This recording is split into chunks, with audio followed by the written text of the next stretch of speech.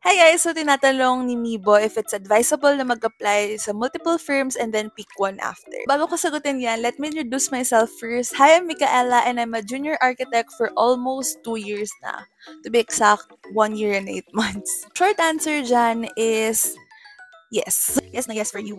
Ako ganyan din yung ginawa ko before. Pero ang long answer is yes. Pero, ililista ko pa rin yung mga na-applyan ko. And hindi lang kung saan-saan ako mag-a-apply. Titignan ko muna kung gusto ko ba siya and pasok ba siya sa gusto kong pasukan.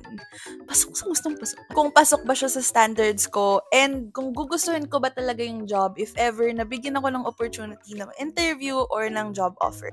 Natandaan ko kasi before when I was also in the process of finding a job. Wow, nung nagja-job hunt din kasi ako. Ang dami ko talagang sinendan ng mga applications. If ita-sum up ko lahat, abot siya ng 50 or basta almost 100. It's because ang sinearch ko lang nun sa Indeed is junior architect. Tapos lahat ng lumabas doon, ina-apply ko talaga lahat as it. In my mind kasi dati, I was thinking na, okay, more chances of winning. Sige, go, apply lang tayo ng apply. Tama rin naman siya if you look at it statistically. Totoo naman yun. Pero, what I realized is, nung medyo ang tagal ko na nag-job hunt, 1 month na ako na nag-hunt job, wala akong makuha na gusto ko. Ang dami nagsisend sa akin ng interview, tapos pag nagsabi sila like, I'm from this company, tapos hahanapin ko pa siya kung saan ko siya sinend, like kung sa Indeed ba, sa JobStreet ba, sa LinkedIn, hindi ko siya mahanap. So, parang medyo nakakahiya yun pag in-interview ka na, tas you don't know anything about the company at all, or parang di mo alam kung ano yung pinapasok mo. Syempre, yung credibility mo rin yung masisira. Kung ako uli yung 2023 Mika na nag-job hunt before, ang gagawin ko is gagawa ko ng Excel or ng sheet. I would tally or tabulate lahat ng mga pinag-applyan ko.